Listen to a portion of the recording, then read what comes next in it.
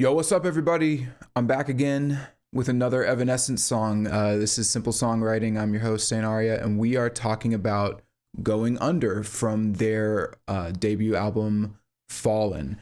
So, yeah, this song, this album really, it's like a really famous album. Obviously, everyone knows Bring Me to Life and My Immortal, but this was actually supposed to be the first single on the album, but they were working with the Daredevil team on the Daredevil movie featuring Ben Affleck.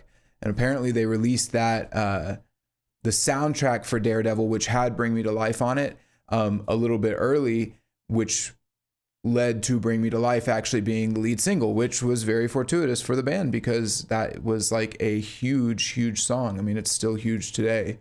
That's like a timeless song, wake me up inside. We all know it, right? So, last week I did Who Will You Follow, which is their latest single, which they actually just released a music video today for, which I'll talk about in a second. But it kind of took me down a rabbit hole. I listened to this album like years and years ago, in its entirety, but I haven't gone back to it in a long time. I've never been like a huge Evanescence fan. They're cool. It's like no issues with them, but I just was never like blown away or like massively into them.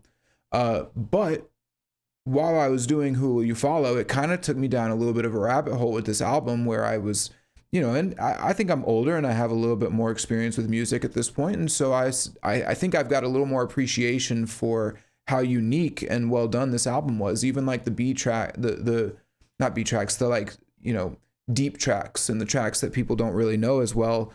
I was really surprised by. I know that Tourniquet is a fairly popular song, but I don't think I really processed that song when I listened to it a long time ago. And then Haunted as well was another one where I was just like, man, some of these songs that I just don't remember at all are really damn good.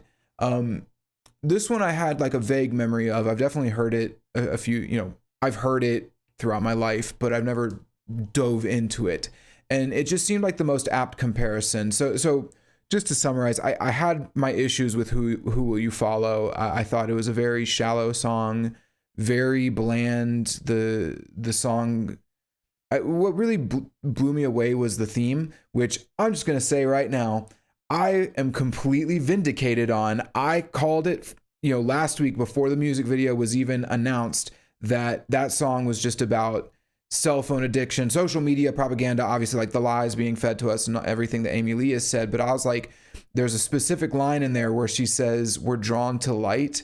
And, I have a small channel, fair enough. But I think I've got more comments on that one video than any other video I've put out where people were telling me, oh, you're being stupid. You're not, or you're interpreting the song, like you're being shallow with your interpretation. She's not literally talking about people like staring at their phones, Music video comes out today. It's literally, oh shit. This is my light controller, by the way. Hold on, let's get the lights back. There we go. It's literally about people staring at their phones. That is literally what the song is. So I am vindicated on that. I was fighting for my life in the comments, y'all. I was fighting for my life. No, I mean, it's all fun, but like the thing is, overall, that song was very shallow, very bland. It really doesn't do anything for me. And I don't think it's really been super popular either. It doesn't seem like it's made giant waves. Maybe I'm off on that, but I wouldn't have known about it if I hadn't have actually gone to like the Spotify charts. I've seen no discussions about it on like rock media, metal media, anywhere. So yeah, with all that said, led me down a little bit of a rabbit hole with Evanescence. And that's why I decided today to do Going Under. And I felt like Going Under would be the best comparison because it just seems to have, Bring Me to Life is kind of like its own beast, with the rapping and the popularity. It didn't seem like it would be fair to compare Who Will You Follow to Bring Me to Life. And then My Immortal, which is the second most popular song from Fallen, is a completely different type of song. And so this song seemed to strike that balance between like, it's popular enough to discuss and people are probably familiar with it. And it also but it doesn't it's not like completely eclipsing Who Will You Fallen, but also it's got a lot of the similar things. Like it's got the electronic drums, it's got vocal effects, a similar structure in terms of like, you know, lower key or lower toned verses, which lead into heavier anthemic pre-chorus. So overall, this song seemed to be the most analogous to Who Will You Follow. So it just felt like a good comparison one to do. And I really liked this song. I was, you know, it's the first track on Fallen, and it's a really great lead-in for the album. I mean, like, it's very strong. It's a very strong intro track. So yeah, I'm excited to talk about it. Oh, hold on. I forgot. Got my little song section thing here. So we're going to start the intro, but yeah, I'm excited to talk about this one. I think it's going to be a good one. So let's go ahead and get started. Let's dive in. Now I will tell you what I've done for you. 50,000 tears I've cried. I'm going to pause it right there because I think it's actually a pretty bold choice. Very interesting kind of bold choice to start with the vocals like this. Like there's no build up, no nothing. Well, it is building up. Everything is building up, but it's more of like, we're just kicking this song off. Like we're just getting started. Hold on one second. I'm sorry. I'm just curious about something. Okay. Yeah. So we're just jumping right in. There is no like instrumental build up. And it starts with a very, like the vocal is very dark and gritty as well. It's got this, like, it's hard to say that it's industrial, but there is an industrial element to this song, especially with the way the drums sound. But let's keep playing it and let's get through this first section and then we'll talk about it more.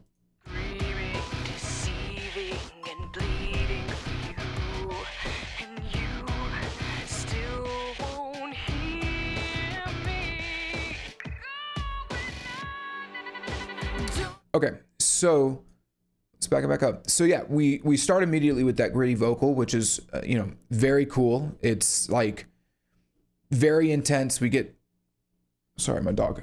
We get started with the song really quickly. We've got a single guitar in the center, which is actually playing the, like, it's tough to say that it's really a riff. It technically, I guess, is a riff, but I would consider it more of like a rhythmic motif that the guitar is playing. That dun, dun, dun, dun, dun, dun. I think that's right. Yeah, dun, dun, dun, dun, dun, and so yeah, it's very cool getting that rhythm guitar in the center, and then we have the electric drums come in. Now, this was one of my big critiques on Who Will You Follow, was that the electric drums were not distinct enough from the real drums, so that whenever they would switch back and forth between them, that like that contrast wasn't really being portrayed because of the way that it was being mixed. Something with the early 2000s that they recognized as like electronic drums became more popular was that there was this really interesting contrast between the two. You could have almost like your percussion and it could sound intense like a rock drum set, but it wouldn't have that full intensity. So I'll discuss that a little bit more once we get to the real drums, or once the real drums come in. But yeah, it's a great way to build the song up and like get a little bit of rhythmic flow to your song, or bring a rhythm section into your song without necessarily bringing in the full kit just yet. On top of that, we get this really awesome piano. Let's see if I can. And listen to how cool those drums sound too. Those little glitches there.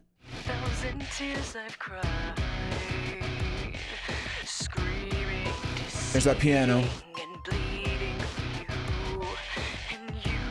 What a cool little piano part too. Dun dun dun dun dun dun dun. Great little piano part, super catchy. So yeah, at this point we've accomplished a few things. Like we've already got the vocals started, so the song is already kicked off from a lyrical and vocal perspective. We've got the rhythm, the main guitar rhythmic motif set in as well, kind of like playing throughout. We get these electronic drums, which gives us this like industrial feel, and then we've got this eerie piano. So we've got like overall, we've got a very chaotic music section happening right now. A lot of like I don't know, I don't think polyrhythms is quite the right word, but it's like a lot of interlaced sections playing different rhythms and so it's chaotic. But it's not one of, like with who will you follow, those verses to me felt like ambient mush. It's like everything is just sort of playing like and everything's just that, nothing is necessarily playing any sort of specific rhythm or melody for your ear to latch onto. Whereas this section right here, and we're not even like fully into the verse yet, but this section right here is already got so many things for you to pay attention to, for your ear to catch. It's very like, you know, it's like a buffet, right? It's a buffet for your ear. Like, which section do you want to listen to? Do you want to pay attention to the vocals, the piano, the guitar, the electronic drums? And there's even more to come, which we'll talk about in a second. But first, let's go through the lyrics real quick. So the first line of this song is, "Now I will tell you what I've done for you." So that's a very cool line, like very interesting, very strong line. Again, it begins the song, but it also begins the album. That's the beginning of the album as a whole. So we're starting off with this, like, well, specifically it has this very aggressive, almost like frustrated tone to it. Like, no, like she's gritting her teeth when she says it. But despite that frustration, there's also like a level of dominance to it as well. She's saying like, now I will tell you, like, shut up. I'm going to tell you what I've done for you now. So it's pretty cool. Not only is it like an interesting line from a lyrical perspective, and she delivers it in a really cool way, but it does get us immediately engaged with the lyrical ideas in the song. Like, what is she thinking? Or what did this person, what has she done for this person? Who is this person? You know, where is this going? And so again, and that's, I mean, what is that? 3 seconds into the song? Like, let's see. Now I will tell you what I've done for you. Yeah, 5 seconds into the song, and we've already got like so many questions opened up. Like, we've just opened up a whole, you know, Pandora's box of like what this song could be about. So then she answers that question with the follow-up. 50,000 tears I've cried. Now, this is a little bit more, it's a little less aggressive, but well, here's the thing. It's an interesting follow-up because obviously she's angry, but this brings in an element of like, it's not just, oh, I'm angry or I've done stuff for you. It's like, no, I've actually cried for you. Like, I've sobbed my eyes out for you. And I think saying 50,000 tears I've cried is kind of an interesting, it's a cool way to put it because, you know, tears as they come down your face, you can't be quantified. So I know I'm like stating the obvious with that, but it's just it's a very direct, very like analytical way of expressing a very emotional scenario and a very like heightened level of frustration and emotionality here.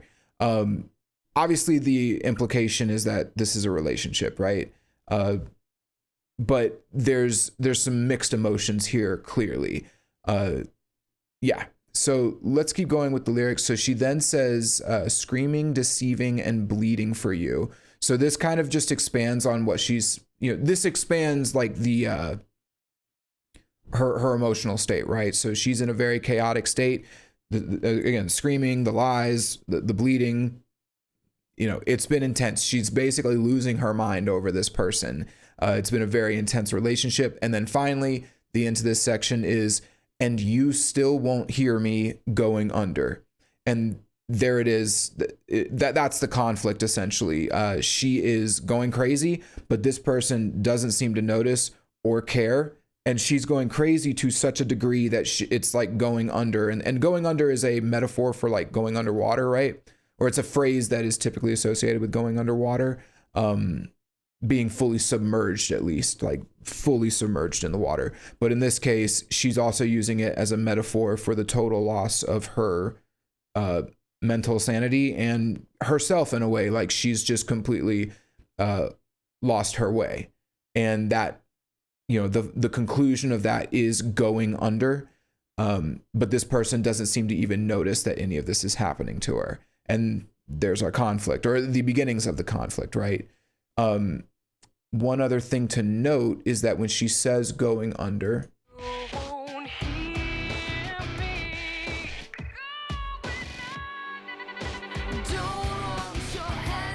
when she says that, we get this very interesting little taste of the.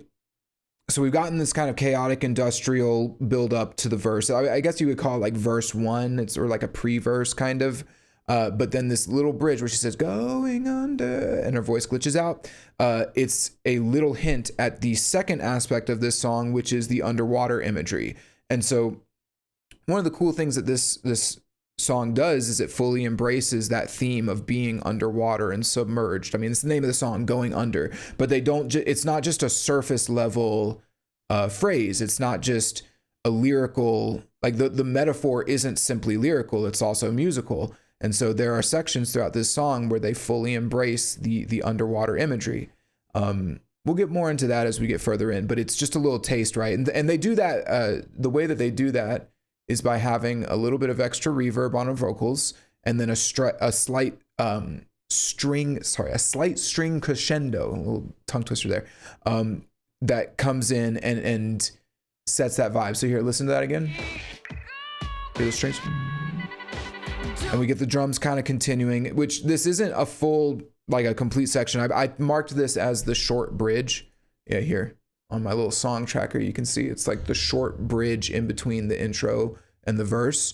But they keep the drums going, at least in order to keep pace, right? Like we're not losing energy with this short break.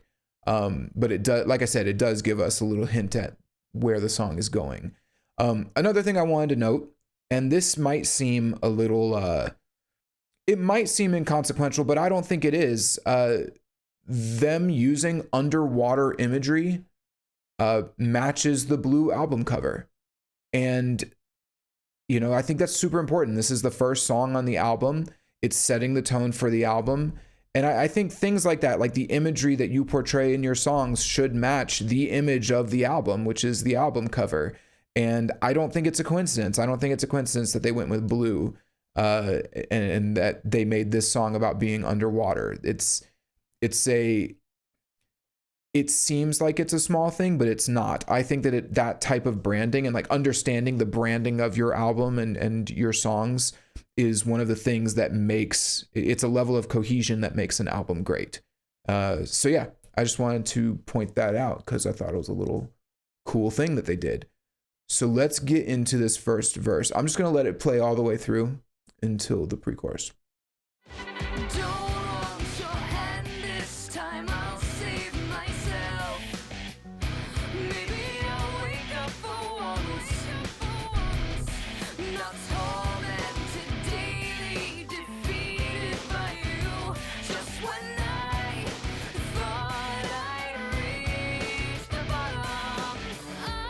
Cool. So most notably here is the drums. The real drums come in. Let's play that impact again because it's really good. So here's going the intro to that short bridge to the verse.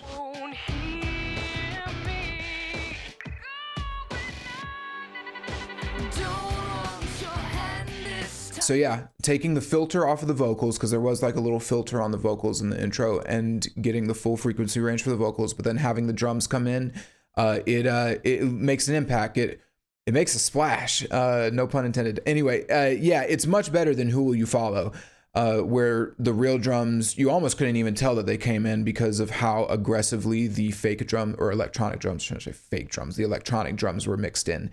And so this is how it's supposed to be done, and which, again, this is how it was done in the early 2000s. It was very popular to do this. And then now for some reason, we just don't think that that's like as good of a way. I don't know, whatever. It's a crazy world we live in now with music.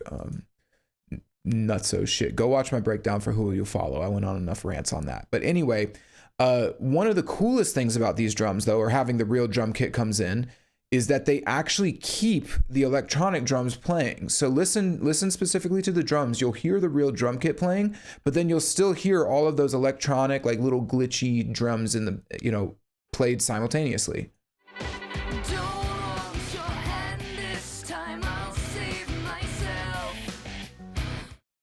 That's super, super cool. And that's one of the things that you can do when you recognize the different roles that electronic drums and real drums can play in a song.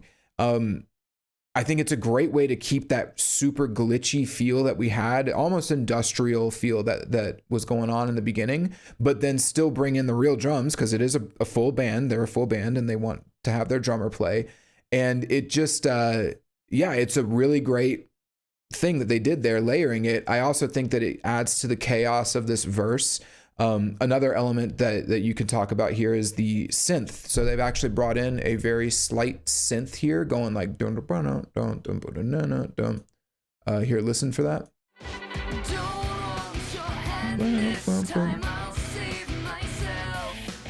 You hear that? Dun dun dun dun dun. Listen for that one more time. Hear that? Dun dun dun dun.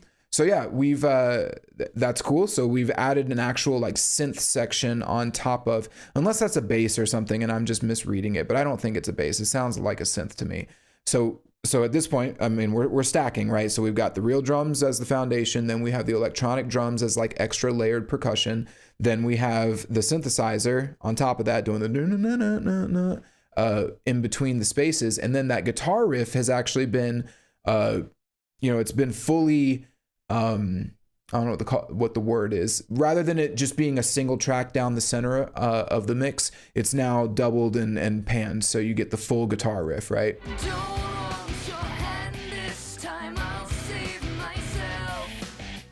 Dun, dun, dun, dun. But then one of the cool things that they do, even with this guitar riff, and so again, we're just layering cool things on top of cool things here, is that they here, listen for the guitar riff, pay attention to it.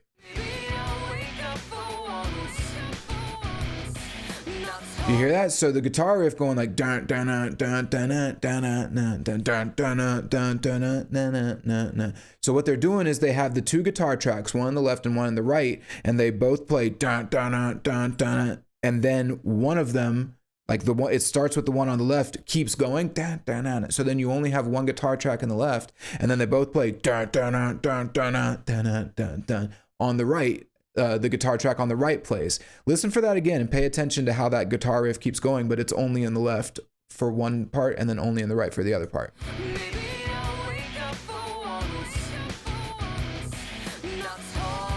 Isn't that cool? Isn't that like I think that's super cool. And again, the last element is the piano. They bring in that piano halfway through. I think it comes in like right here. Yeah. So yeah, I mean, before we even address the vocals, like before even talking about the vocals, there is so much to chew on here. We have real drums, we have electronic drums, we've got the synth in the middle, we've got bass playing, but then we've also got the guitar playing,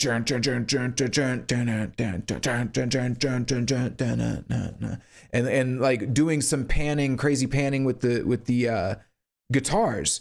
So we've just created this awesome soundscape of very like clearly defined sections that we can point to and say like, yeah, that's what that section is doing, and that's what that section is doing. Oh, and the piano. We've got the piano as well, which the piano part is fantastic. So it's like, there's just so much to chew on. There's so much here. And go and compare that to Who Will You Follow. In fact, you know what? You don't even do it. I got you. I'm going to do it. We can listen to Who Will You Follow, and you can hear what I'm talking about.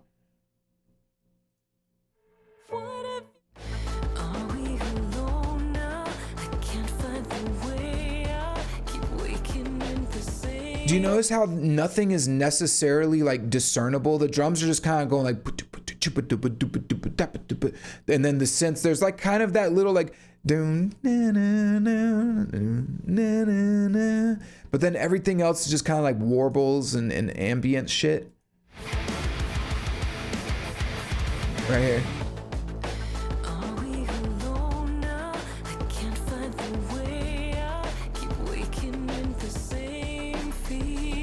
You feel how stale that is?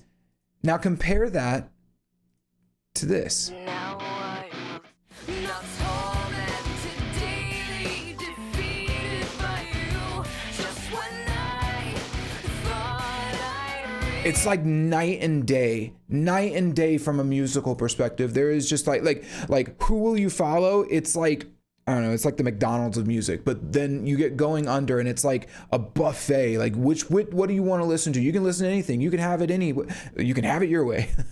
Is that Burger King? Whose slogan is that? You can have it your way. Hold on, now I gotta know. You can have it your way. Yeah, it's Burger King. I didn't even mean for that to be the comparison, but anyway, you get what I mean. I mean, there's so much going on here, which then the next question that you would ask is, all right, fine. So we have all of this crazy, chaotic musical soundscape that's been set up. What's the reason? What's the point of it all? Because ultimately, that's kind of one of the things I like to do on this show is like, don't just make cool music. Make cool music that has a purpose and there's a reason behind it. Well, shit, let's look at the vocals now. This time I'll save myself. Maybe I'll wake up for once. Not tormented day. So here, hold on. Let's go through the lyrics real quick. So she says, "Don't want your hand this time, I'll save myself. Maybe I'll wake up for once. Not tormented daily, defeated by you, just when I thought I'd reach the bottom." So what we're doing here, as the drums come in, because the drums come in strong, she takes a stronger position lyrically as well. She says, "Don't want your hand this time, I'll save myself." Cool. That's matching up with it. Because obviously this person she's frustrated with, she's got problems with. But then she follows that by saying, maybe I'll wake up for once. So again, we've got like this is a cool thing that the song does where it shows the kind of back and forth and the confusion that comes with it. She's not just like super strong here. She's not just like, oh yeah, I'm all powerful in this situation. It's no, maybe I'll wake up for one. Like she's almost kind of giving herself a pep talk or like saying like, girl, you got to wake up. Like, what are you doing? You know? And so there's just, the point I'm getting at here is that we've got a lot of like chaotic inner turmoil happening, which I think matches up with the music perfectly. It's like exactly what the music is portraying. Because even though the music is chaotic, it's not necessarily chaotic in the way that like Slayer is chaotic, right? Where it's just super over the top. If anything, it's actually kind of analytical, like chaotic in an analytical way, the way that all of this music is layered. I mean, listen to it. It's like, This time I'll save myself. like it's like your thoughts are racing, right? And then again, that eerie piano comes in whenever she says, "Not tormented daily, defeated by you," which again, lyrically, it's not anything crazy, but it is, it's darker. It's a darker line, not tormented. That's like a dark word. But she's more of just kind of saying what we've heard before. But then we get the last line where she says, "Just when I thought I'd reached the bottom," which is a cool line. So when she says it, right, just when I thought I'd reached the bottom, first off, you have like the pool imagery, the underwater imagery, right? Like, she's still sinking. She's still going under. She thought she'd reach the bottom, but she hadn't. But then also, I think this line could stand alone, like "not tormented daily, defeated by you, just when I thought I'd reached the bottom." But I think it could also feed into the pre-chorus as well. So it stands alone on its own, and the pre-chorus stands alone on its own, but they also work together, like they flow into each other as well, which I would actually prefer to interpret it that way. I think it's just a cool way to... a cool way to continue it going. And sorry, let me clarify. The pre-chorus, she says, "I'm dying again." So the full line would be like, "Just when I thought I'd reached the bottom, I'm dying again." And so I kind of like that. It's like she thinks that the chaos, like she's reached rock bottom with all of the chaos. There's no way it could get worse. And then she loses a little bit. You know, I don't think that it means that she's literally dying. What I mean is, I think she's saying I'm dying again in the sense that like there's a piece of her dying, like she's losing more of herself in this relationship as she continues to allow it to go on. But also, you know, when you're underwater, you could die, and that's a function. So yeah, overall though, these lyrics here in this first verse and the intro are setting up a very chaotic, crazy relationship where she's very confused. She's trying to wake up, but she is going under. she is dying again. So let's play this pre-chorus real quick. I already talked about the lyrics, but we can go through the music.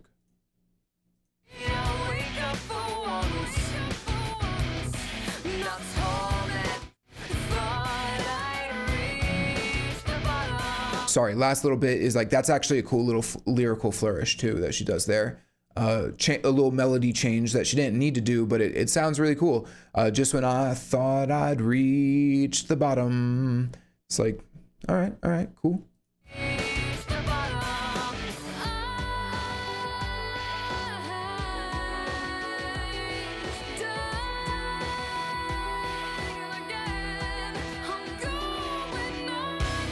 Yeah, that's awesome, man. That is so awesome. So first off, overall, what we're doing here is we are introducing the underwater imagery. So again, when she says like the word going under, it's not just a lyrical thing. The song itself is based around the idea of being underwater and what that is like.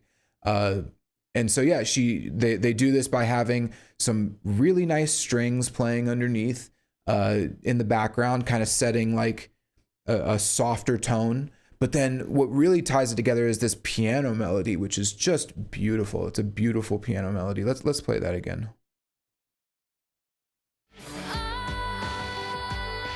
Listen to that.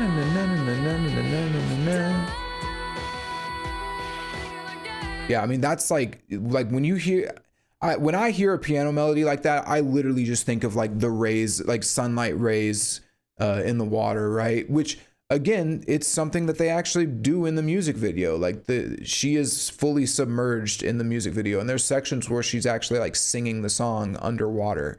So yeah, it's a very cool imagery that they're doing with piano. Like they don't need crazy synths and sound effects to bring that image to life, right? Bring me to life.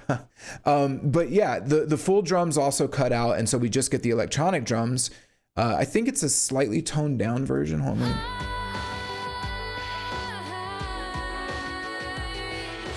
Yeah, so the underwater, again, here's kind of the cool thing about having the electronic drums as well, or the difference in dynamics is that the electronic drums don't take up as much of the frequency spectrum as the real drums, meaning like the cymbals don't hit all of the high frequencies and the bass doesn't hit the boom, boom, boom frequencies. So you actually get a condensed frequency spectrum, which is why in the verses they can layer on top of the real drums and it not sound awkward or weird. It's because they're taking up a different frequency spectrum than the real drums. But also you can throw them in a section like this and it actually sounds like it's underwater, because when you are underwater, because you have water surrounding you, the frequency ranges that you can hear is reduced. That's why when you think about someone being underwater, it's like all warbly, because you can't hear certain frequencies because of the water.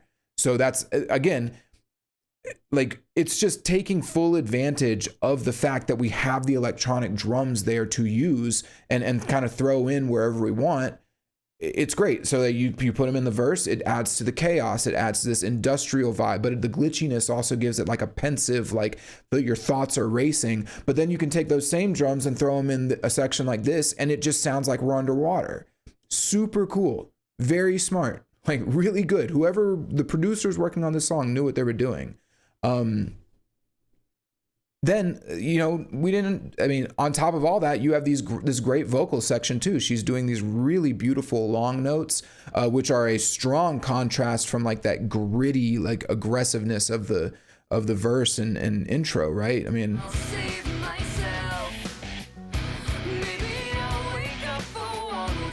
you have that, then listen to how aggressive this is. I mean, like that, it's like super gritty. And then we go into something like this.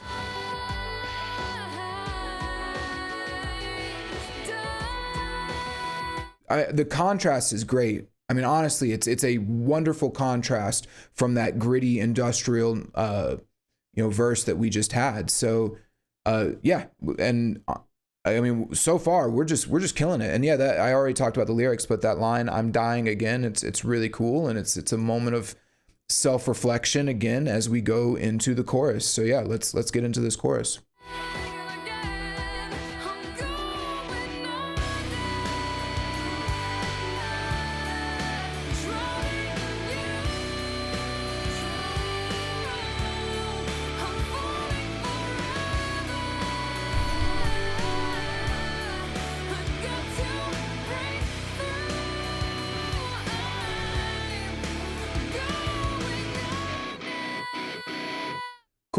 So yeah, fun little thing is that she begins the chorus melody on like a little bit before the one, which allows so she says, I'm going under. And when she says the word under, that actually starts on the one with the full band. Really cool way to lead into a chorus. Cool stuff. Musically, this chorus is pretty standard. I'm just gonna be upfront with that. It's just a standard 4-chord chorus, normal guitar, normal drums. I mean, a couple little drum fills, but nothing spectacular. And then the strings, there are strings very subtly in the background, but it's more of just like a slight layer. You can almost barely hear them.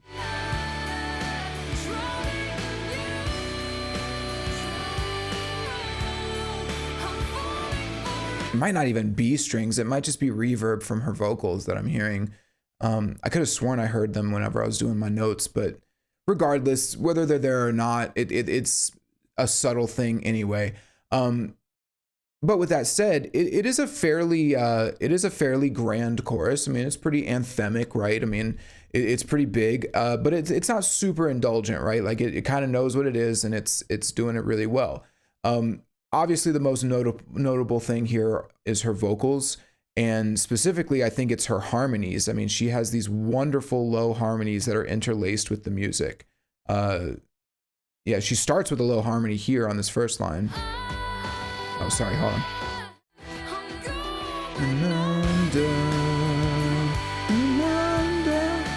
Drowning in you, drowning in you.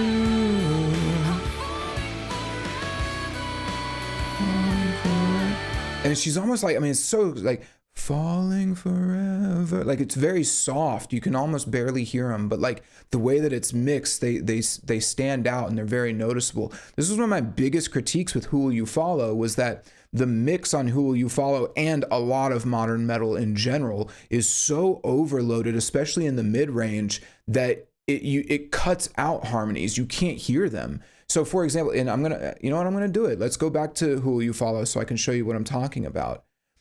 So again, notice here, you can hear these harmonies very clearly.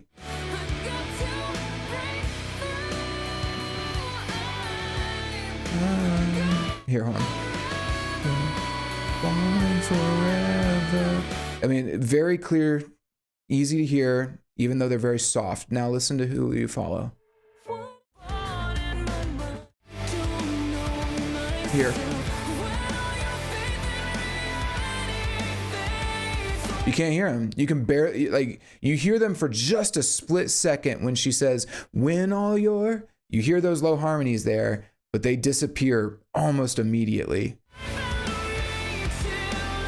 Here it comes. Listen right here.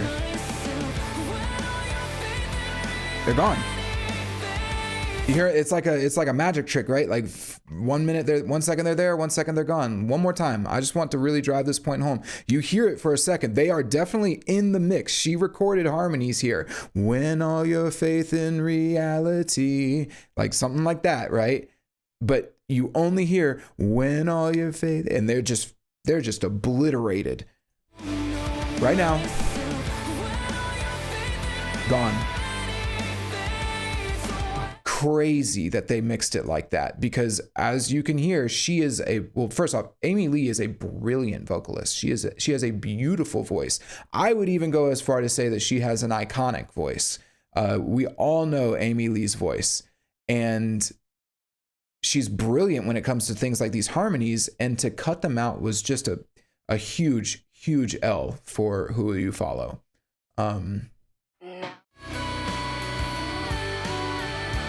Look how and like this is a full band. The full band is playing here. This isn't like some crazy like, oh my God, there's so much going on, or there's so much more in Who Will You Follow. It's the same instruments being played as Who Will You Follow. It is purely a production and mix decision to cut out her harmonies, which I think was just terrible, just a silly decision.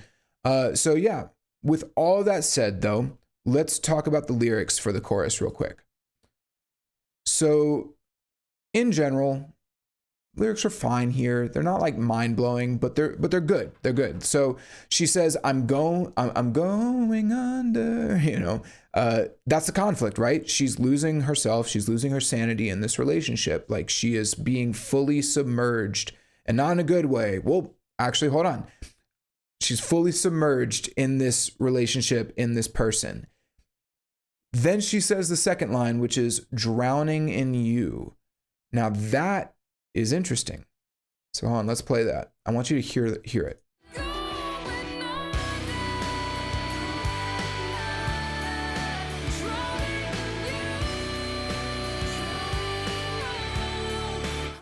Now, if I were a betting man, I would say that that is a major chord. And in fact, I'm going to look it up real quick. I didn't look this up before. The reason I mention that, though, that I think it might be a major chord, is that it is so you're on. I think this tab is wrong. That seems like a weird. Hold on.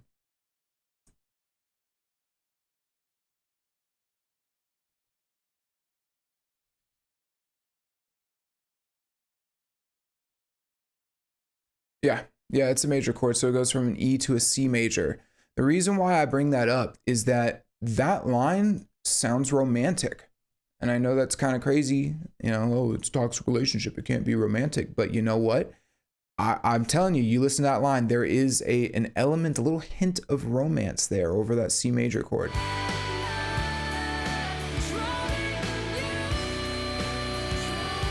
When she says that drowning in you, there's like a sense of like a little hint of like passion or longing, whatever you want to call it, right?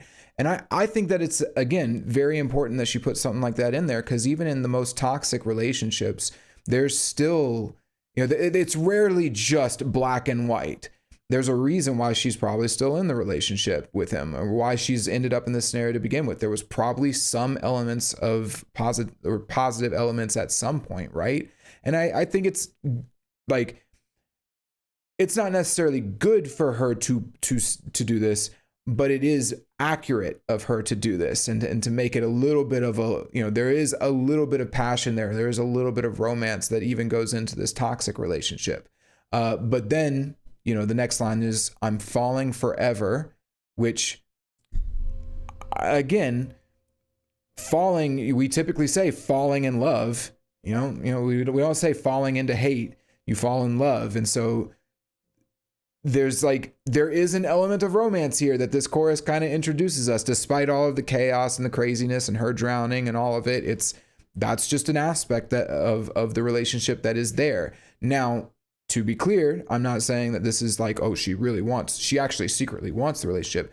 Maybe she does, maybe she doesn't. But I think that in this case, what she's describing is that she's maybe too in love, or she's fallen so hard for this person, and she's so again, like inundated with this person, that it's actually become too much. Like it's just too much. She's got to, and that's the next line is, I've got to break through. So the full thing is, I'm going under, drowning in you. I'm falling forever. I've got to break through. And then she repeats, I'm going under, but that's fine. So the idea here to me is like, you could say, okay, it's just the toxic relationship, the chaos and all of that, but you could also interpret it as like, I have fallen so in love with you that it's like bad for me. You know, it's like causing chaos in my life.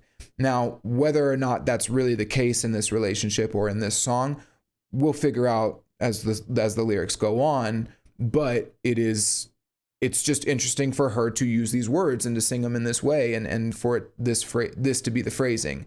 It makes it more than just like, I'm angry at this boy. It's like, no, there is like a genuine conflict here of like, I'm confused about the way that I feel, and I'm confused about my, you know, what this person means to me and where I'm at, right? And it's cool. She does a great job portraying it. So yeah, a good chorus, really, really good stuff.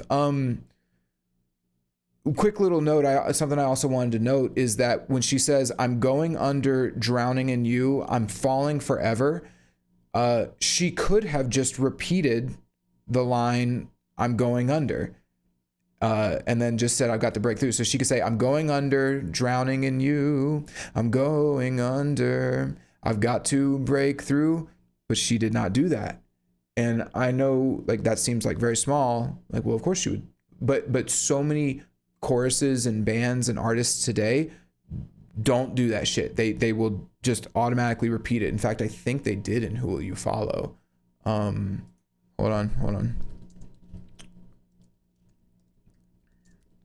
I think that they did do the repeat in Who Will You Follow. It says no, she didn't do it there. Yeah, she didn't do any repeats in Who Will You Follow. Anyway, so yeah, just a small thing, but it just shows like they just a little extra work. And that's kind of the big thing with this song that I've noticed is like there's just these little moments where there's like extra work. Like they didn't need to do that, but there's just a little extra effort put in that takes this song and elevates it from being like, you know, kind of just a general rock early 2000s rock song to actually being a pretty fucking cool song, like a pretty sweet song. And then lastly, you know, she says, I'm going under, and she holds out that line under. But it's not without a purpose. Even that's not without a purpose. She holds it out while the guitar riff plays underneath. So it's like a nice little transition back into the verse after such a grand and beautiful chorus. Here, listen to that. Again, back with that rhythmic guitar motif. And that brings us into verse 2. So yeah, I'm going to let verse 2 play out.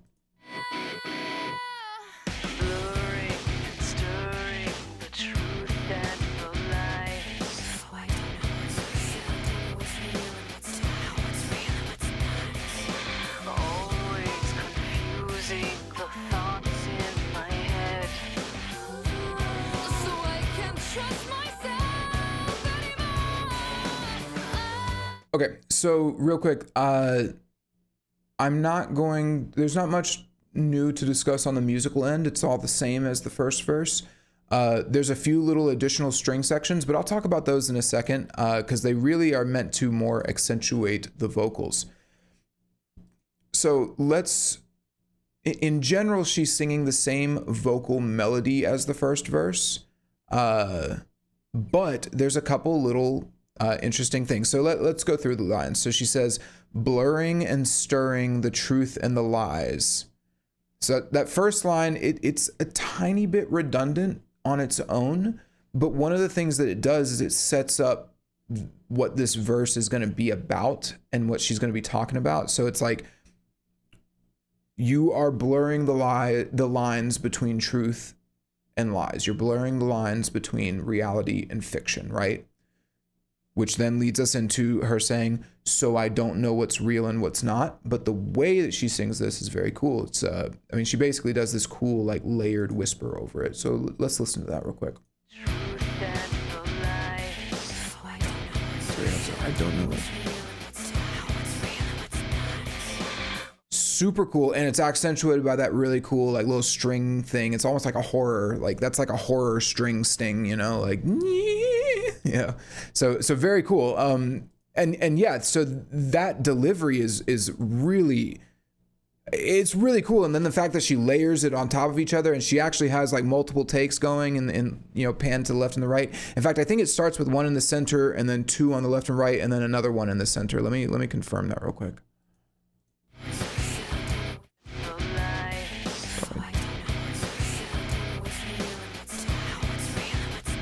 Yeah, that's what she does. And so it's a cool way to kind of even have it sound like that voice is like moving around you, right? By switching to panned vocals instead of just center vocals.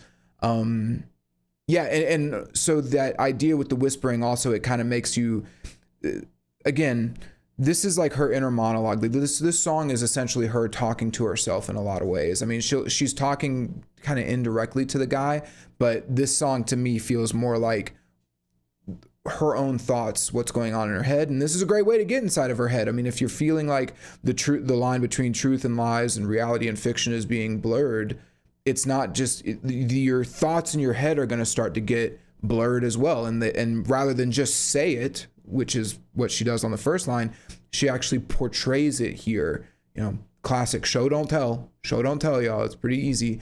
So yeah, it's a cool way of like portraying that. Something I wanted to note here. This is, I was watching a Rick Beato video the other day, and something that he mentioned was the idea of like wait for it moments, which means like when you're listening to a song, these are like the moments that you are like excited to hear, and you're like waiting for that moment to hit, and for me, it's like always the guitar solo in basically any song. I'm just like super excited to get to that guitar solo. But like, this is a great example of a wait for it moment. When you get to the second verse of a song, I talk a lot about second verses on my videos, I've found, because the second verse is kind of an interesting place for a song to be at, because that's kind of the point where we've begun the repetition. So we have our intro, verse, pre-chorus, chorus, and then we're going to just repeat that whole thing over again, verse, pre-chorus, chorus, right? And so it's really the place that I think it's where you can kind of see the quality of a songwriter, is that second verse, because you're either going to have it's either going to be a throwaway. It's going to be like, oh, we don't care about this. We're not going to do anything with this because it's like obligatory, right? Like we have to have the second verse, pre-chorus, chorus. So we're just going to throw something in there. Or it can be a place where you really take advantage of the fact that like the people listening have already heard all of this before. And so you can actually play with their expectations a little bit and do something a little more unique with it, right? And so, they did a great job here with this. Like, this is a wait for it moment, The verses in this song are fairly short. I mean, what are they? They're like about 20 seconds, I think. And so keeping it, but they still find a way, rather than just saying, yeah, we're going to, whatever, just keep the same melody, do whatever. It's like, no, let's really make sure that this second verse sticks out and it's got its own character. And on top of that, it's like fully embracing that the chaos and confusion that the music espouses. So like, yeah, just in every way, they are taking advantage of all the elements of this song. It's really great. It's really great to see. And I don't think that this song is necessarily like a masterpiece of a song, right? Like, it's not like, oh my God, this song is perfect and incredible in every way, but it is a very economic song in the sense that like they really know what they've got here and they're like nailing it. So yeah, it's just really cool. So then the next line is always confusing the thoughts in my head, which is followed by like a cool little like, ooh. Here, listen to that.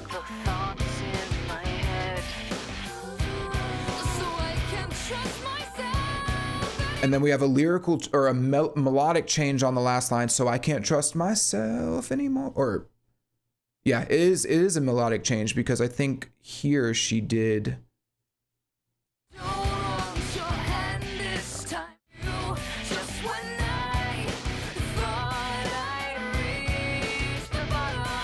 Yeah.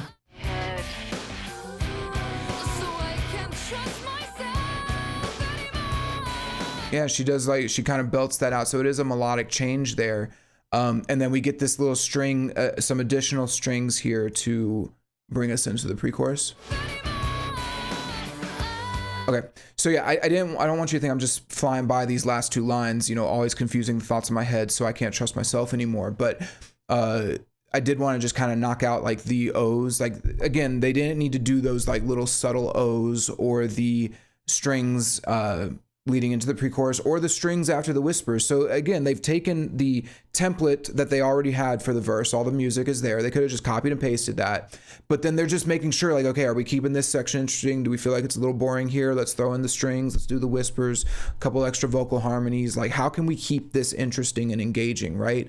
And then on top of it, it all lines up perfectly with the theme of the song, or even just the theme of this section, but the vibe and the like what we're going for the song, with the song overall, which is this frustration and this confusion about where you stand. And it's a dark place. Like, she's in a dark place in this song.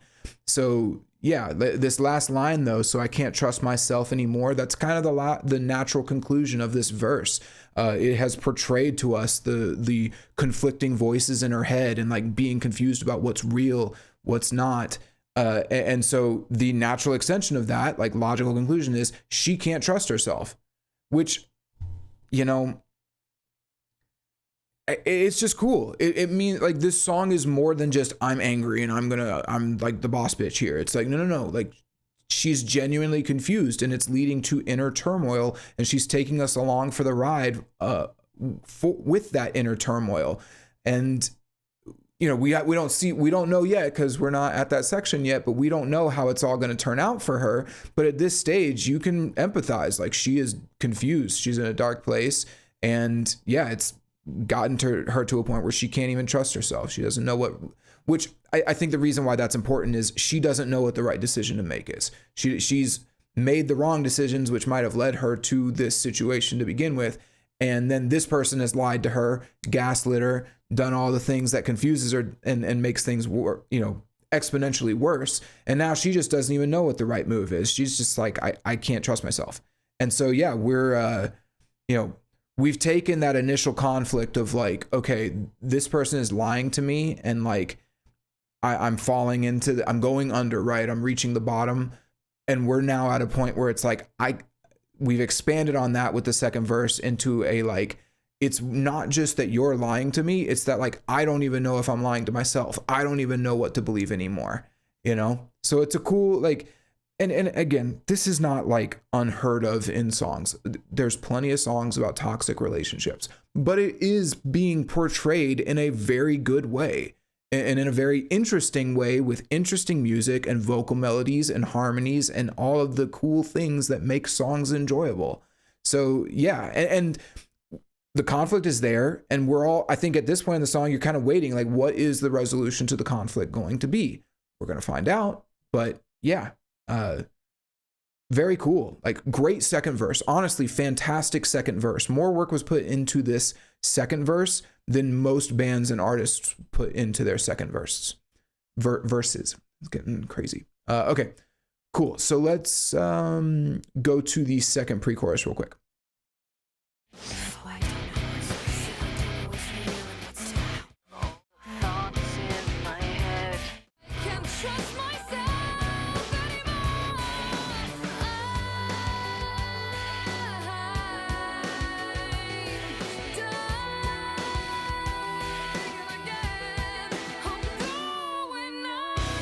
Okay, so this is generally the same as the first pre-chorus.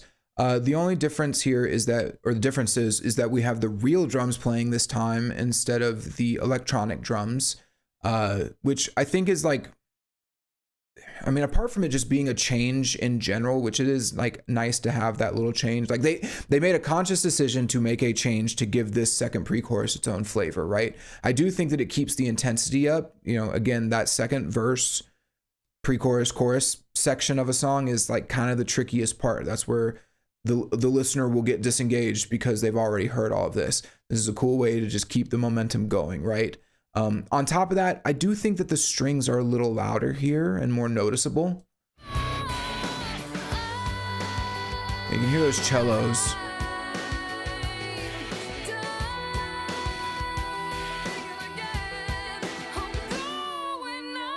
And you can hear that, I mentioned it earlier, but that low harmony leading into the chorus, you can hear it much better here. Going under, something like that. I'm not a singer, by the way, guys. Just you gotta forgive me for that. But yeah, if we go back to that first pre-chorus, yeah, it's there, but I think the electronic drums are kind of blocking it a little bit or making it a little harder to hear. Which, no worries. Cool. Yeah, so then we get to the second chorus. There's nothing new to talk about here, so let's just move on to the bridge. Well, I guess, I mean, technically the end of the chorus, rather than saying going under, she starts the bridge. So she doesn't say going under at the end of this chorus. Here, listen. Here.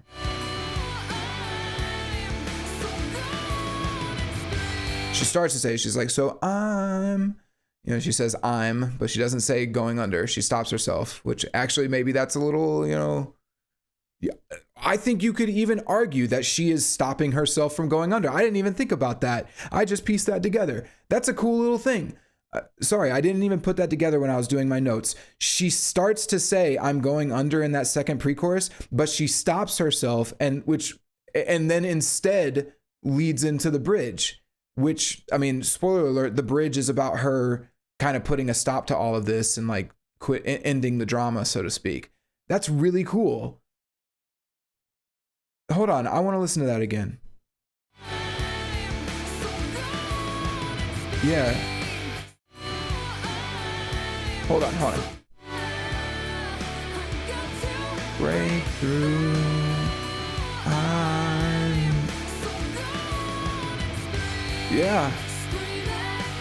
Yeah, that's really cool. I didn't pick up on that. And there it is. It's even on the lyrics. I just completely missed it. I just thought that whatever. Yeah, really, really good stuff. So she actually, okay, the reason why I got hyped by that is like, she's actually stopping herself from going under and saying that she's going under at the exact moment. Like, that's the change. That's like, you could say that that's the change when she decides that she's going to take control of the situation, which is what this bridge is, right? So let's talk about the bridge now. Honestly, on a musical level, this is pretty bland stuff. I mean, it's just some regular chords, regular drum beat, and it's just kind of carrying on the momentum from the chorus. Yeah.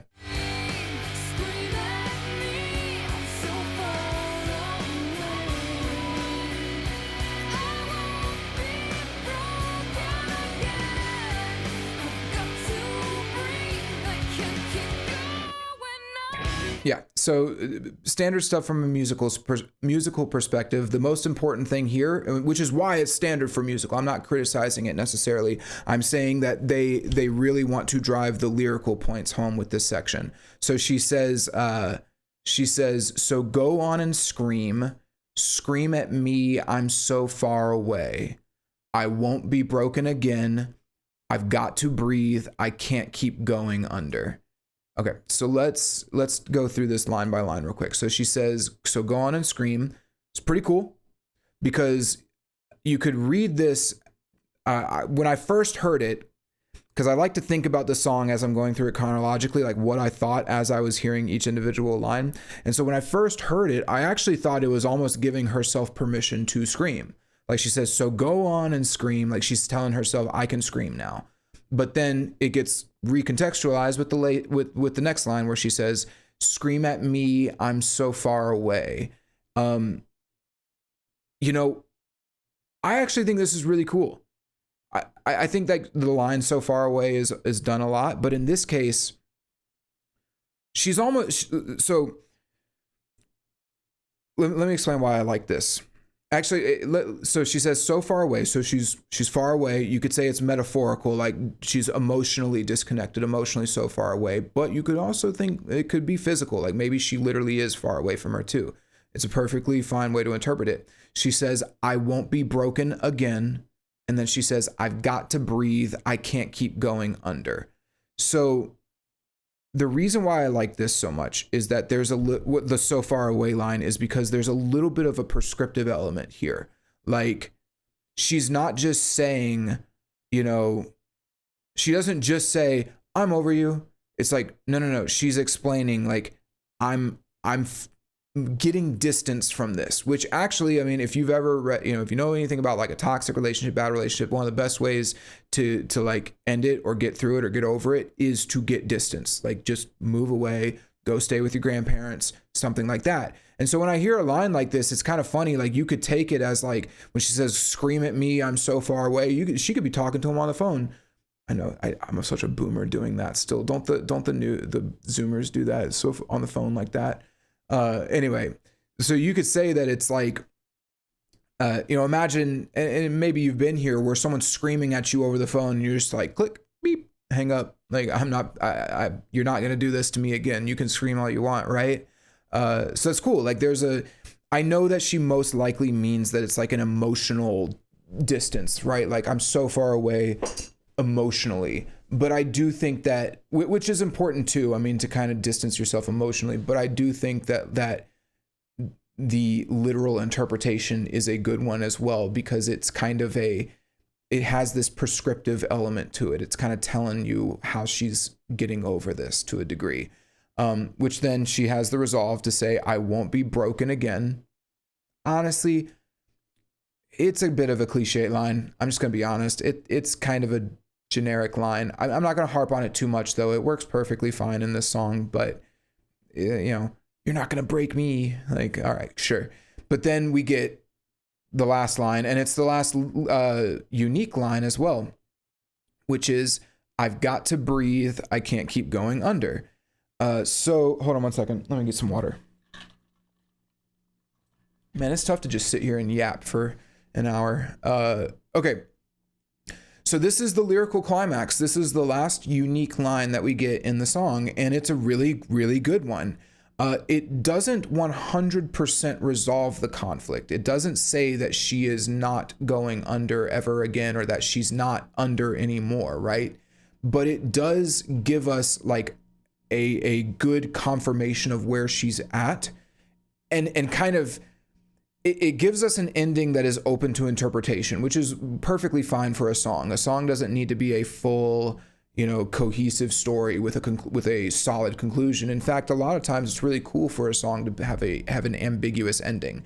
But we do know for sure that she is at a point where she is she's done. She is no longer going under, or she's recognized, I'm not going to do this anymore. I've got to breathe. Now, if she follows through on it, who knows? There is still a third chorus in this song, which again, as I mentioned, the chorus has a little bit of a romantic undertone to it.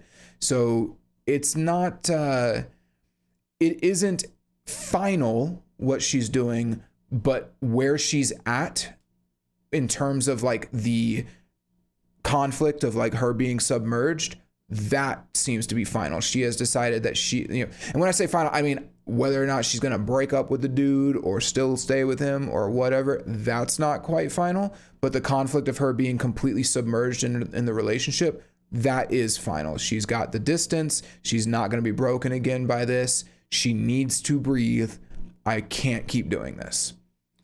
Very cool. And again, maintains that aquatic imagery.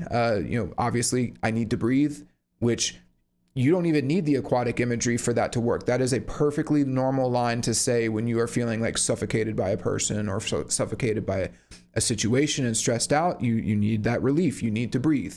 But it again works even better here because of the aquatic imagery that we've set up of her being submerged in water. So yeah, it's great. It's a wonderful metaphor, perfect metaphor all throughout the song, and it reaches a great, climax here. So cool stuff. Really, really strong stuff from the lyrics. I mean, seriously, like, and again, I wouldn't say that these lyrics are 10 out of 10. They're not the most mind-boggling fucking lyrics I've ever heard, but they're really good. They're not bad at all. They accomplish their goal perfectly. They're very creative. They've got a metaphor to them. There's a reason why this album was like a massive hit in like everywhere. Like it was just a global, was it global? I don't know. I'm not going to look it up. This album is immensely popular and there's a reason. That's what I'm saying. So yeah. And then, almost as if they knew what they were doing at the exact moment that she reaches that, powerful lyrical and thematic climax. She's deciding, I've had enough. I cannot keep doing this the way that I've been doing it. I've got to breathe. I'm not going under. I can't keep going. We get a killer ass guitar solo. Killer is strong.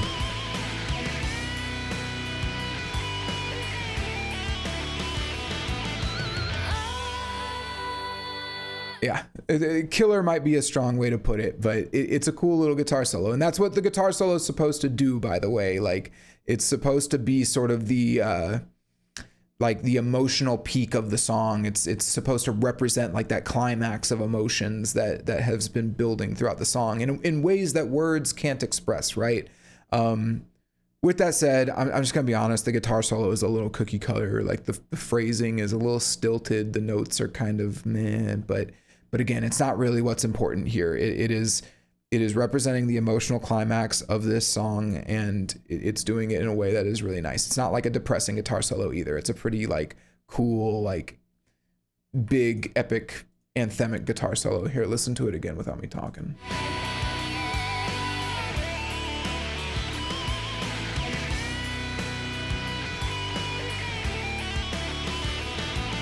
Yeah, it's fine. A cool thing though, one thing to note is that he does use a wah pedal on the solo, which the wah is like wah wah wah, which could also be, you could say that they did that to match the aquatic imagery. Whether they did or didn't, I don't know, but it does match. So who knows? So yeah, now that we've gone through that, now that we reached that climax, I know that I just kind of I just kind of explained all this, but I did want to just talk about something real quick, which is thematic cohesion. I think that having every aspect of a song work towards the theme. First off, you got to decide what your theme is, and it needs to be a good one. Like in this case, the theme is, how do you deal with a relationship? Or I would say the theme is, how do you deal with a toxic relationship where you are so submerged in the chaos and the craziness of it that it literally feels like you are underwater and you can't breathe and you're dying. What is that like, and how do you resolve that? And this song is like 100% geared towards that idea in every way. You've got these verses that are full of chaotic percussion, guitars that are panning back and forth, electronic drums and synths that add to the tension. You have string sections that come in to represent almost like the horror of the scenario and very eerie moments. Then you get these pre-choruses that are even in the most toxic relationship, you do have these moments where you're just, there's moments of calm where you sit and you reflect, but even in these moments of calm, the thought that comes to her mind is that she's dying again. And then finally you have the chorus, which it's a very, the chorus is kind of reflective in the sense that like she's got to break through. That's what she's recognizing she needs to do, but she can't. It's tough. It's tough when you can't trust yourself, and the whole situation is very confusing, which then leads us into the bridge where she reaches that point of resolve and decides that she needs to breathe, which then breaks into a guitar solo to kind of accentuate that. And so it's like the whole song and all of the elements of the song have moved us to this point. Oh, hold on, let me get to this one. Have moved us to this point, and it's just great. Like it's fantastic. Like honestly, this song to me is a wonderful example of how good a song can be when you like. Again, I don't think that this song is a masterpiece, but it shows like how elevated even like a fairly normal song can be if you just put in a little bit of extra effort, like on the verse 2, making things a little more interesting, but then like having that cohesiveness to it, even in something as simple as like the underwater imagery being blue, which matches the album cover and all of the photos from the song or from their singles and all of the imagery from this album, which kind of had that early 2000s neon blue vibe to it, right? So yeah, it's just good. Even the music video has the underwater imagery, though I will say the music video doesn't address the relationship aspect like at all. Maybe at the end with the guy showing his evil face or something, but not really. So anyway, in conclusion, this song is great when it comes to thematic consistency, really good. And compared to something like Who Will You Follow, it's just like night and day. I mean, to me, Who Will You Follow had no thematic consistency whatsoever. That song was just a mess. It was just it's just CGI Marvel slop, right? It's just, look at this. Here's this sound effect. Pew, pew, pew, pew, laser beams. Don't pay attention to the lyrics. Don't think about it.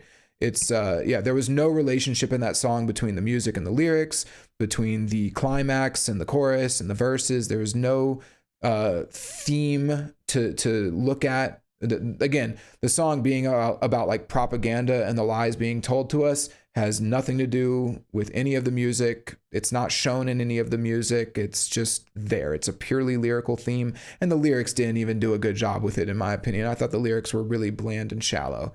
So yeah, not this song. Going Under is fantastic in terms of cohesion and thematic consistency. Cool. So let's keep going. Let's go into the third pre-chorus.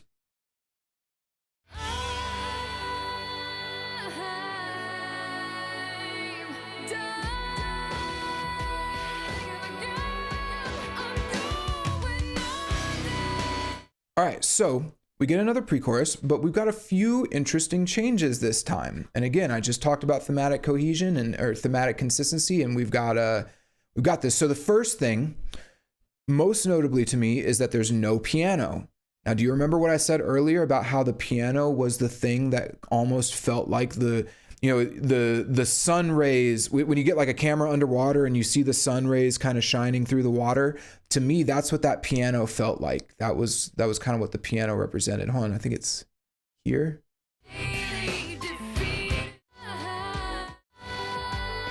Hear that piano? That's that water, right? Like that, to me, that's the water. Well, it is conspicuously not here.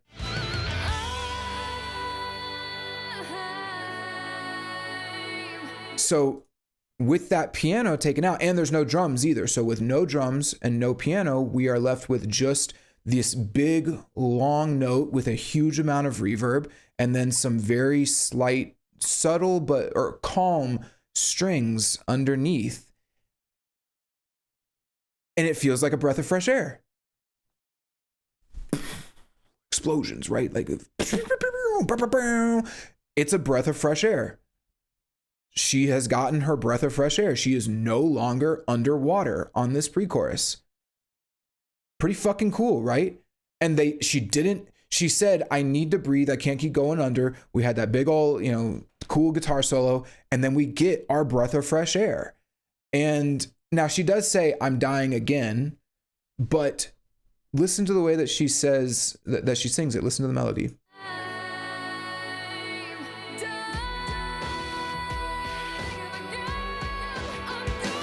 Another little change there. She goes up instead of down on the melody. Instead of saying, I'm dying again. Hold on, let me just play it. I can't fucking sing, bro. This is first pre-chorus. Yeah, she goes down, and then on the third pre-chorus, up. Oh, she goes.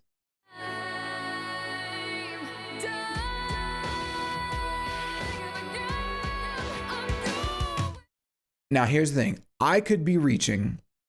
Fine. Maybe they just did it because it sounds better. But to me, that's kind of the beauty of like having a really strong, like clear theme and then taking these little, like, well, first off, let me be clear. She definitely did this on purpose. Like they purposely said, go up on the last one. Whether they planned it to be like, the reason I'm bringing up her going up is because instead of going further, like being submerged and going under, she's going up. She's got her breath of fresh air. She's above water, right? That's what I'm saying. But whether they did that on purpose to match with what I just said from a thematic perspective, or they just thought it would be a nice change to implement that would actually like, make it sound more epic or whatever. I don't know. But regardless, it does match the theme, and it was a conscious decision that they made. So given everything else I know about this song, my inclination would be, yeah, I think they did do it on purpose. I think they did go up on that note because she is out of the water and she is, above water, basically. She is no longer going down and going under and being submerged. I totally believe that, and I don't think that it's like I don't think it's a reach for me to say that, which again, amazing, really great. Like what a great little choice. And this is again, pre-chorus 3. They could have just done the same shit as before, but no, let's take out the piano. Let's give the strings. Let's make you go up on that last note. And now it sounds like a breath of fresh air. She can breathe again. She is no longer underwater. Simple shit. All it is like taking and moving just a few pieces around, and we have just an awesome, like, moment. I wouldn't call it the climax, but it is like a really great moment with thematic relevancy, with it sounds great musically just in general. And so it's like it's just beautiful on its face, but then it's beautiful in the context of the song and the theme and the story that we've gotten. I mean, and if you like listen to how cool this sounds, or like the contrast between this and this.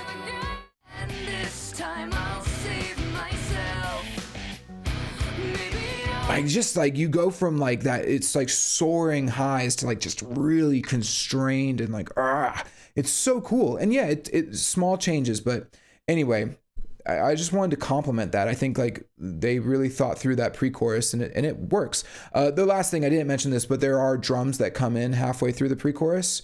But in my mind, this doesn't sound, that to me sounds like more of a build up, like a build up in intensity. Like she's moving upward. Not build up in the sense that she's going upward. I didn't mean that, but it's like it feels more inspiring, right? Rather than the other ones where it was just kind of portraying the water, right? Like, you know, that's just more of like water imagery, whereas this feels more like, you know, uplifting. The drums.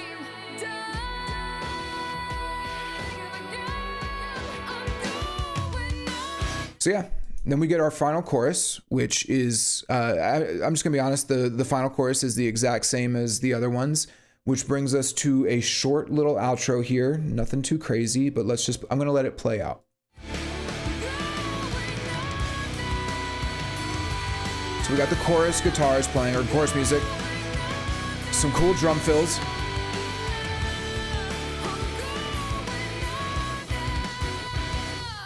And then we get that big, heavy rhythmic motif, that dun dun dun dun dun, with a little bit of strings in the background that fade out real quick. And that's it. That's our song.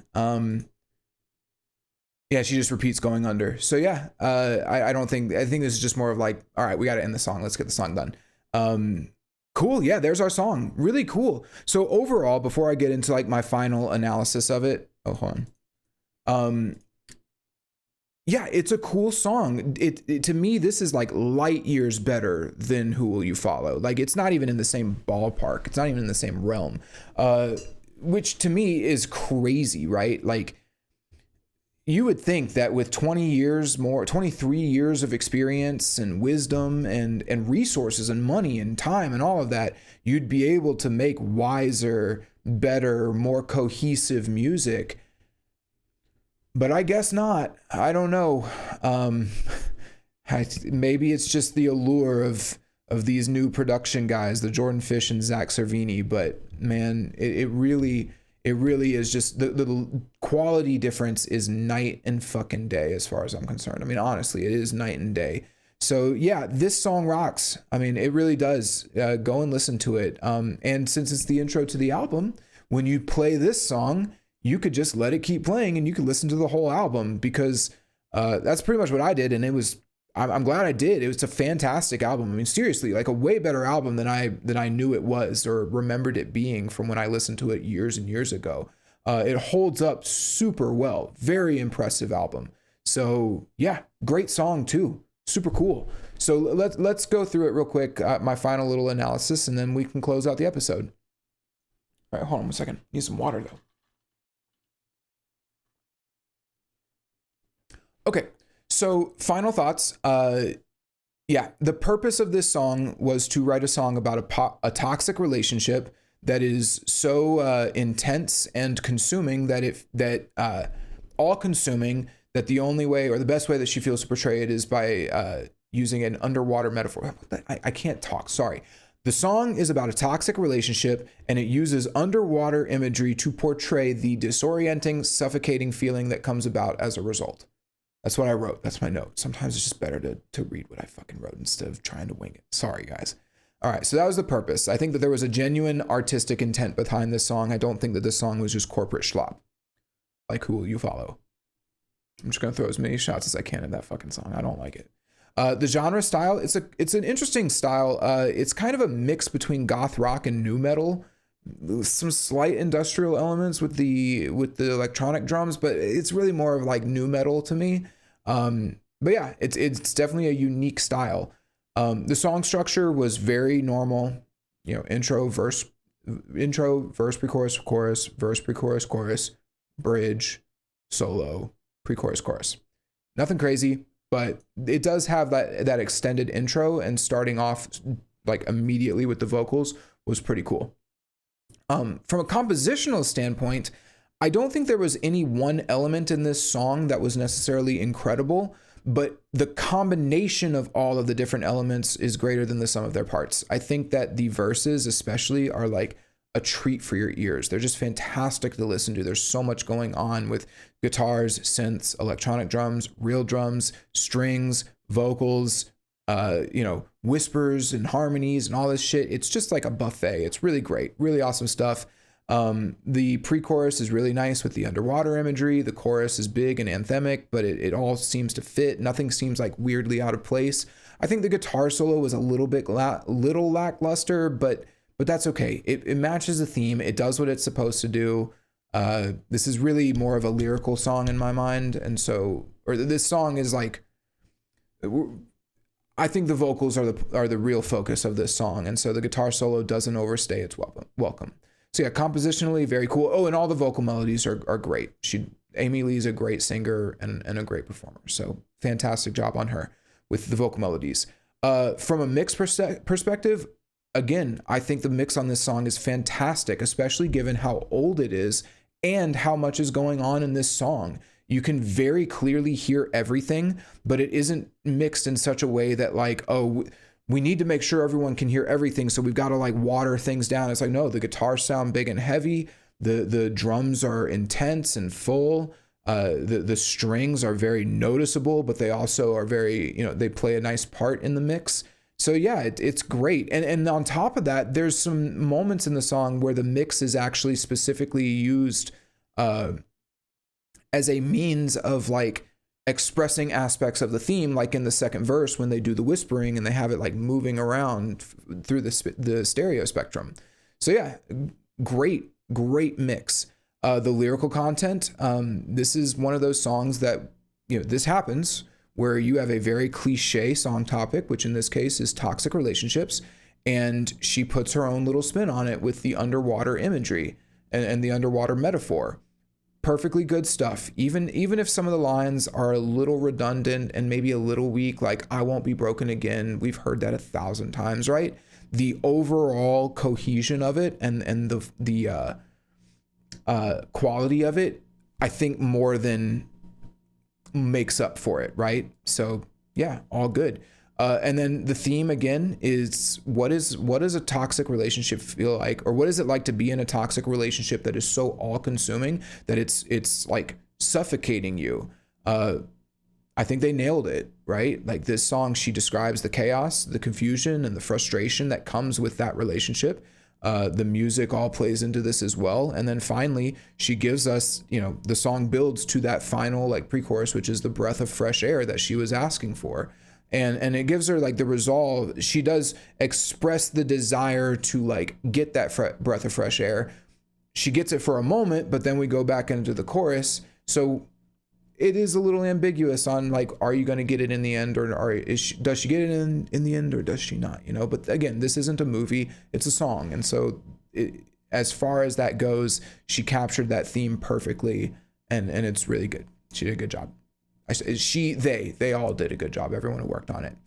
So yeah, in totality, final conclusion, while this song is not like a huge mega ultimate masterpiece, it is a great example of how thematic cohesion and a little bit of like extra effort can uplift a song immensely. Like it just helps a song so much. There's so many cool moments, or as Rick Beato put it, the wait for it moments, despite its shortcomings, despite like the shortcomings, like the cliche topic and some redundant lines, which I don't even think that's not much to complain about. It's mostly, I have mostly positive things to say about it. I think it's like, for me, it's hard to hear something like this, which is so well put together, so cohesive and consistent, and everything is just like on point, and then go and listen to something like Who Will You Follow, which is so hollow in comparison. Like it's just a complete mess. And I just don't understand how that can be the case, how you could go from one to the other. But I don't know, guys. It's a weird world. It's a weird world that we live in. But yeah, this is great. Listen to it more. Raise your standards. That's it. Raise your standards. Turn Who Will You Follow off. That shit's garbage. Play Fallen. Whew. And that's it. That's another one in the books. A minute or an hour 30 in 4 seconds. So thank you guys for listening. If you made it to the end, this was a really fun one. I actually really enjoyed, making notes for this song and talking about it. I've done, to be fair, the past 2 weeks have been songs that I didn't really like. I did Fix Your Face and Who Will You Follow. Really didn't like them. I actually do prefer talking about songs that I like this. But honestly, if you don't like something, you should be able to explain why you don't like it and talk about it and like define it. And I think that I was able to accomplish that with those 2 songs, and I'm going to keep doing that with songs that I don't like. You can't just be hooping and hollering about the shit that you like all the time. You got to sometimes, because then you're just a shill, right? Then you just, I'm not going to talk about things if I don't like them, right? It's like, no, if you don't like something, you got to stand 10 toes down and explain why you don't like it. And if people don't agree, then that's where you get the fun discussions and interesting conversations. So hope you enjoyed it. And again, go check out last week's episode. It's a completely different story, completely different. And yeah, again, all that normal stuff, like, comment, subscribe. Like I said, I could use it, please. I'm a small channel. I'm begging here. Please give me your likes. All right. That's all I got. Thank you guys. And see you on the next one. Peace.